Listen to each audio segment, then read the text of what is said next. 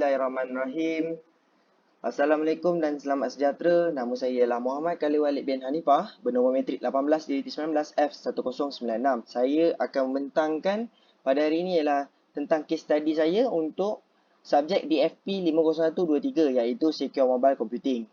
Apa case study saya kali ini berkaitan dengan sebuah artikel yang saya akan review berkaitan dengan T-Mobile data breach, iaitu data breach yang telah dihadapi oleh sebuah company iaitu T-Mobile yang melibatkan lebih daripada 50 juta orang yang terlibat secara langsung. Okey, kita lihat kepada huraian seterusnya iaitu ni. Ini ialah keratan daripada artikel tersebut.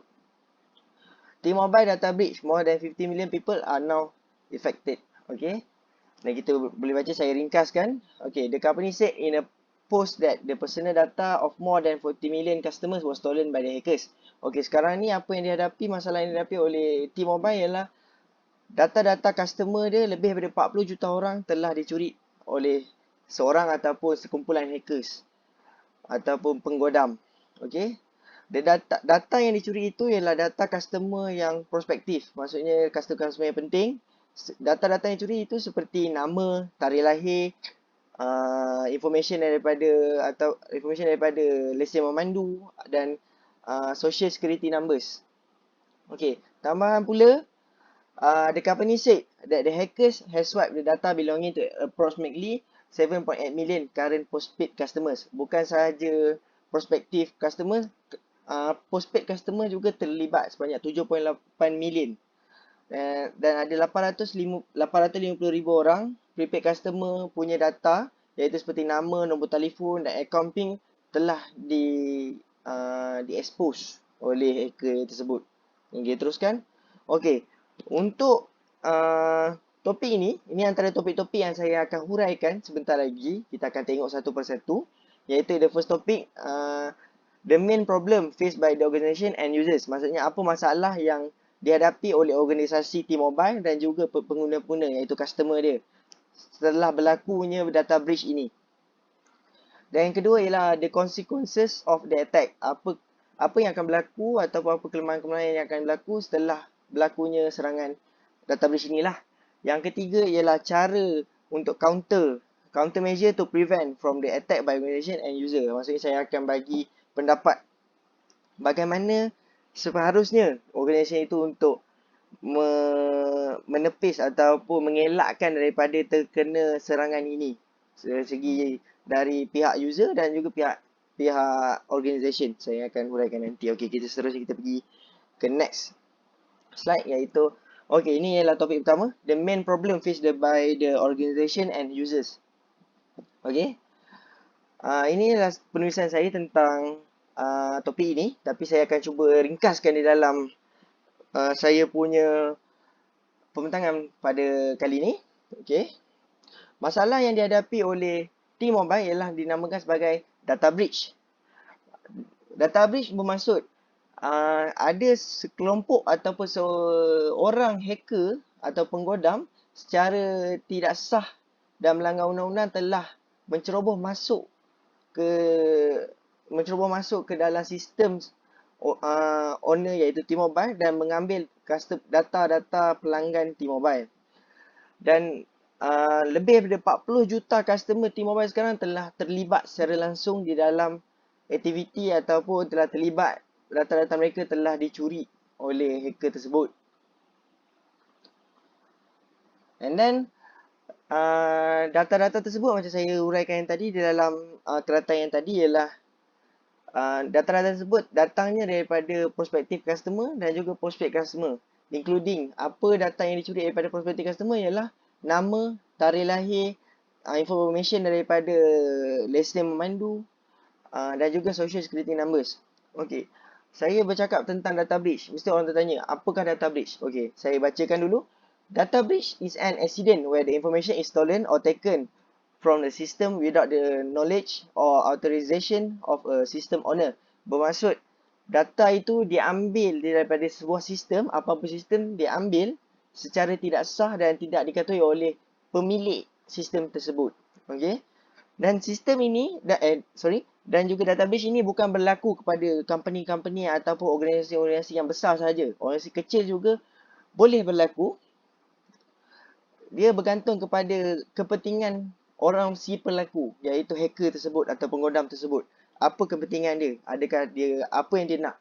Daripada company mana yang dia nak? Sama ada dia dibayar ataupun ada something information yang diperlukan, bergantung kepada pelaku. Bukan sahaja company besar, company kecil juga berisiko untuk menghadapi data breach ini.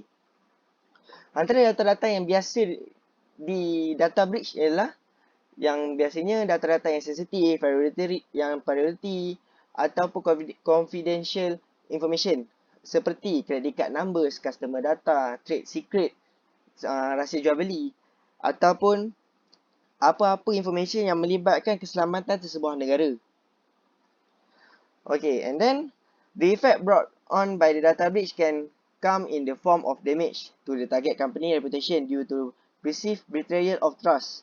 Victim and their customer may also suffer financial loss should record be part of the information stolen. Other than that, the company said the hackers has swiped the data belonging to approximately 7.8 million current postpaid customer. Maksudnya 7.8 million data telah pun di swipe down. Okay.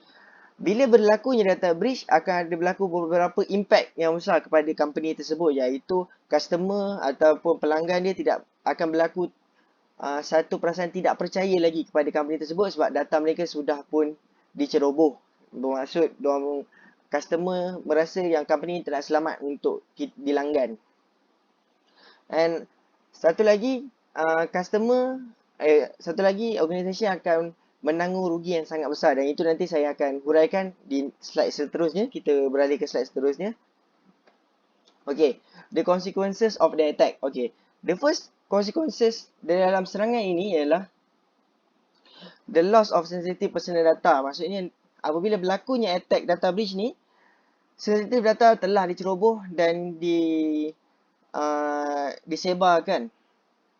Personal data seperti email, address, IP address, data ni seperti tarikh lahir customer, information daripada license memandu customer, and social security number telah pun di breach dan dicuri oleh hacker tersebut.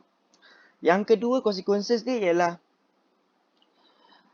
macam saya sebut tadi di dalam slide sebelum ni, ialah dia akan mengalami company akan mengalami financial loss, iaitu kerugian dari segi finance.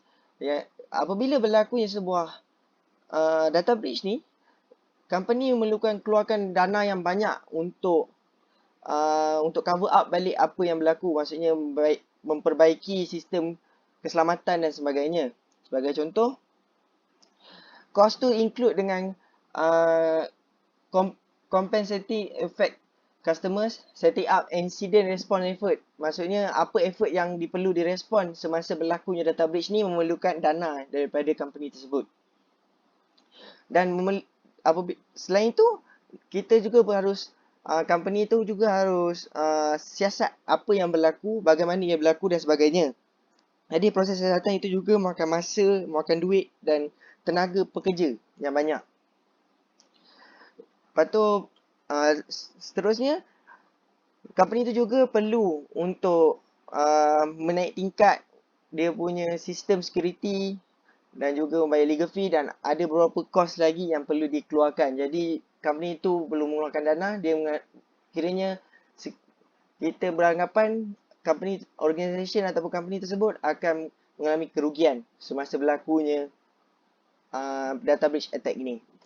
Seterusnya, apabila berlakunya attack ataupun data breach ini, ia akan mengalami operational downtime, iaitu bisnes tidak urusan jual beli ataupun urusan perniagaan tidak dapat berjalan seperti biasa sebab berlakunya data breach ni. Kita pasukan security sistem diorang perlu check, perlu bertahan daripada serangan dan sebagainya. Dan kadang-kadang serangan ini mengakibatkan semua sistem itu down dalam masa yang sama, yang mengakibatkan kerugian sebuah company. Seperti kalau company yang besar-besar, kalau mereka kena data breach ni, mereka downtime mereka seperti 1 jam saja downtime mereka mengalami kerugian lebih daripada jutaan ringgit. Jadi ini yang perlu mereka elakkan. Ini consequences data breach attack ini yang perlu kita sangat-sangat elakkan. Dan antara yang terakhir daripada consequences yang saya dapat ialah kerosakan reputasi sebuah syarikat. Apabila data breach ini berlaku di sebuah syarikat, syarikat itu akan mengalami kerosakan reputasi. Bermaksud customer, business partner dan juga sebagainya yang terlibat di dalam bisnes itu sudah tidak mempercayai company itu untuk meneruskan perniagaan, untuk melanggan dan sebagainya, kerana mereka tidak percaya company tersebut untuk memegang data peribadi mereka atau apa-apa data yang melibatkan company-company luar yang bekerjasama ataupun sebagainya lah. Maksudnya company itu hilang rasa percaya daripada business partner dan juga customers. Okay, next. Saya ada senaraikan beberapa kaedah ataupun cara yang kita boleh buat untuk prevent daripada kita terkena data breach. Saya senaraikan dua, iaitu dari pihak user dan juga dari pihak organization. Daripada mana satu nanti kita tengok, okay? Okay, yang ketiga ialah counter measure to prevent from the attack by organization and users. Okay, daripada user, cara kita sebagai user, how kita nak prevent daripada data breach ni. Okay, yang pertama ialah don't share and reveal too much information on social media. Be more mindful on whatever you want to share on the media social. Okay, pada masa sekarang ni media sosial sangat-sangatlah sangat-sangat pengguna dia sangat-sangat ramai dan sangat-sangat meluas. Jadi kadang-kadang kita lihat ada beberapa user yang terlalu kerap update tentang hidup, tentang kerja dan sebagainya. Dan ada beberapa information yang mereka tulis di dalam tu yang tidak sepatutnya mereka letak. Jadi kita sebagai user kena berhati-hati dengan apa yang kita share di dalam media sosial. And second one is track all your banking transaction and keep all the receipt properly. Maksudnya pada masa kini kita banyak menggunakan online transaction. Lagi-lagi kita di dalam ambang endemik COVID-19, lagi banyak online transaction berlaku. Jadi setiap transaction yang berlaku yang kita pakai, kita perlu track, kita perlu tengok dia punya statement. Kalau kita gunakan bank di Malaysia, kita boleh tengok bank statement.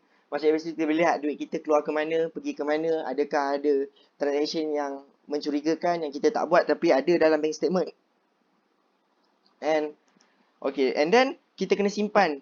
Setiap transaction mesti ada receipt, sama ada dari segi digital ataupun fizikal. Jadi receipt-receipt itu perlu disimpan. Sekiranya berlaku apa-apa yang tidak diingini, kita boleh gunakan sebagai bahan bukti dan kita boleh untuk urusan seterusnya lah menggunakan ia sebagai bahan bukti. And yang ketiga ialah don't use the same password for all your banking account, social media and others. Okay, saya pernah melihat beberapa orang yang saya kenal, yang saya rapat, menggunakan satu password yang sama untuk semua account. Tak kisahlah dari segi banking, dari segi media sosial ke ataupun apa-apa account, menggunakan satu password yang sama. Ia sangat-sangat bahaya sebab ia boleh memudahkan hacker untuk menceroboh account kita. Bila dia dapat hack satu account kita dan tahu password kita, dia boleh buka ke semua account yang menggunakan password yang sama. Jadi saranan saya ialah kita pakai berlainan password dan password itu haruslah kukuh yang mengikut spek yang tertentu lah. Macam contoh kalau bank biasanya mereka meletakkan piawaian password itu ialah perlu memiliki aksara, simbol dan juga nombor, huruf besar dan huruf kecil. Jadi kita ikutlah benda tu untuk menguatkan lagi kita punya password. Seterusnya, keep secure all your device using any software or application that be trusted. Maksudnya gunakan sebagai contoh kalau laptop dan juga telefon, kita boleh download antivirus. Apa-apa antivirus yang kita percaya dan dipercayai di dalam dunia sekarang boleh digunakan. Ada juga yang free, ada juga yang berbayar. Jadi itu terletak kepada pilihan masing-masing. Dia kalau mempercayai yang percuma, teruskan dengan yang percuma. Kalau tidak percaya yang percuma, boleh beli yang berbayar. Tapi yang berbayar agak sedikit mahal, tapi ia berbaloi. Kalau sebuah company itu memerlukan, sebuah company itu memegang data yang banyak, dia perlukan macam itulah. Ataupun kita sebagai users, kita nak rasa selamat menggunakan dunia maya ini, ia berbaloi untuk bayar antivirus yang sedikit mahal. Okay, and then yang terakhir untuk users, do not open any email, text message or link from unknown sender. Pada masa sekarang, perkara biasa untuk kita mendapat email, text message dan juga link daripada orang yang kita tidak kenal, orang yang kita tidak tahu siapa ataupun unfamiliar yang kita jarang-jarang tengok. Tiba-tiba ada saja link ataupun email, text message ni masuk. Jadi ini dipanggil sebagai phishing file atau phishing file dan sebagainya.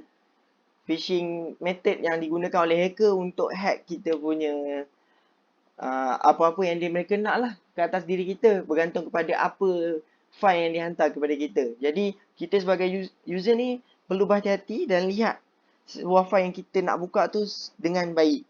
Adakah kita mempercayai? Adakah ia familiar dengan kita? Adakah betul ni kita punya? Kita perlu lihat betul-betul. Kalau kita meragui, just delete saja. Okay? Okay, seterusnya daripada sudut organisasi. Maksudnya apa yang organisasi boleh buat untuk prevent daripada data breach attack. Okay? Organisasi boleh menggunakan, yang first ialah use the real-time sensor to test your security system regularly. Okay? Guna real-time sensor untuk menguji tahap keselamatan sistem kita secara berkala. Okay? And the next one is make and use a good strategy to keep your system always in a safe situation. Maksudnya pasukan yang handle data information punya security perlu mempunyai strategi yang baik untuk menjaga sistem tersebut dan juga menempis atau menangkis serangan-serangan yang akan datang. Okay? And yang ketiga ialah hire a good and trusted cyber security team to take care your system.